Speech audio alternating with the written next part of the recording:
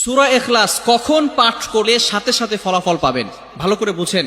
সূরা ইখলাস হচ্ছে পবিত্র কোরআনুল কারীমের ভিতরে ছোট সূরাদের ভিতরে অন্যতম একটি সূরা। তবে ফজিলতের দিক থেকে সূরা ইখলাস হচ্ছে গুরুত্বপূর্ণ ফজিলত, এবং এই সূরাটা এমন একটা সময় আল্লাহ পাক রব্বুল আলামিন নাজিল করে দিয়েছেন যখন আল্লাহ রাসূল সাল্লাল্লাহু আলাইহি ওয়াসাল্লাম দ্বীনের প্রচার করতে লাগলেন।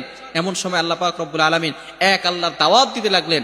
তখন কাফেররা আল্লাহ রাসূল সাল্লাল্লাহু আলাইহি সাল্লামকে কোশ্চেন করলো যে মুহাম্মদ, তুমি তো এক আল্লাহর দাওয়াত দাও, আমরা তো কোটি কোটি দেবতার পূজা করি, তারা আমাদের সমস্যার সমাধান করতে পারে না।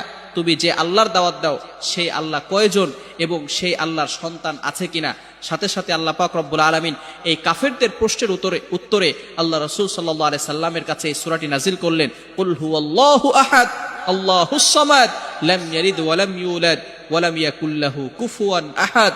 আল্লাহ পাক রব্বুল আলামিন এক, অদ্বিতীয়, এবং আল্লাহ পাক রব্বুল আলামিনের কোনো সন্তান নেই, তিনিও কারো কাছ থেকে জন্মগ্রহণ করেন নাই। আল্লাহ পাক রব্বুল আলামিন তার পরিচয় দিয়েছেন।